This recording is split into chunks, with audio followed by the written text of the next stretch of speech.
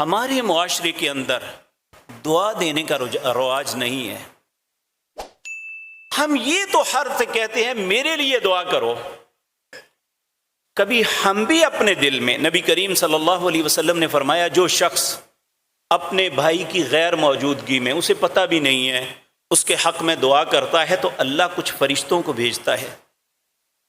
وہ فرشتے جب وہ دعا کرتا ہے اللہ میرے فلاں بھائی مصیبت میں ہے، اے اللہ میرا فلاں بھائی مقروض ہے، اے اللہ میرا فلاں بھائی یا بہن بیمار ہے، اے اللہ فلاں کو یہ مصیبت ہے، اللہ اس کی مصیبت دور کر دے، اللہ اسے شفا دے دے، تو فرشتے آگے سے کہتے ہیں اللہ اسے بھی یہ سب کچھ دے دے.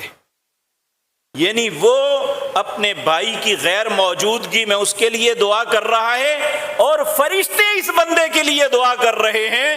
آپ یہ دیکھیں هل جزاء الاحسان الا الاحسان. اللہ کہتے ہیں کیا احسان کا بدلہ احسان نہیں تو کیا ہے؟ اگر انسان اپنے بھائی کے ساتھ خیر خواہی کے ساتھ، ہمارے معاشرے میں یہ نہیں رواج کہ ہم کسی کی غیر موجودگی میں اخلاص کے ساتھ اس کے لیے دعا کریں. کسی مصیبت زدہ کا پتہ چلے تو ہم کہیں یا اللہ اس پہ معاف کر دے، اللہ اس پہ رحم کر دے. اچھا یہ کسی غلطیاں کا نتیجہ ہے، انہوں لگتا کسی گل دی سزا ملتی ہے. بھائی یہ ہمارا طرز عمل، مسلمان کا طرز عمل یہ نہیں ہونا چاہیے.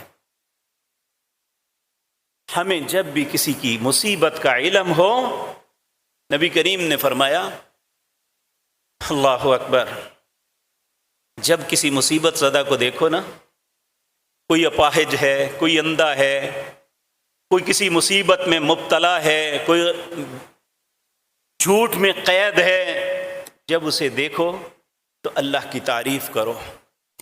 الحمدللہ الذی عافانی مما ابتلاک بہ وفضلنی علی کثیر ممن خلق تفضیلا. تمام تعریفیں اس اللہ کے لیے ہیں. عافانی مما ابتلاک بہ، جس مصیبت میں اللہ نے تمہیں ڈالا ہے مجھے اس سے عافیت عطا کی ہے.